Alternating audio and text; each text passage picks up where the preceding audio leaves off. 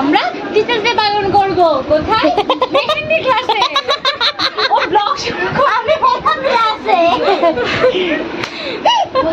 এই তো আমরা এসে বসে আছি, এখন আমাদের ম্যামের দেখা নেই, তাই তো চলে এসছে। আসো আসো। দিনটা ছিল 5 সেপ্টেম্বর, টিচার্স ডে।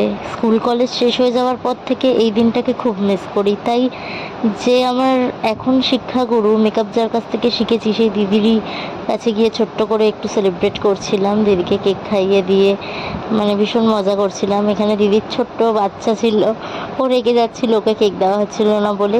আবার সবাই মিলে ওকে খাওয়ালাম, আগে শান্ত করলাম, কিন্তু তবু ওর মন ছিল ওই ফন্ডেন্টটার ওপরে। এটা ওকে তুলে দিতেই ওর মুখের হাসিটা দেখো, মানে এই হাসিটাতেই একদম মন ভরে যায়।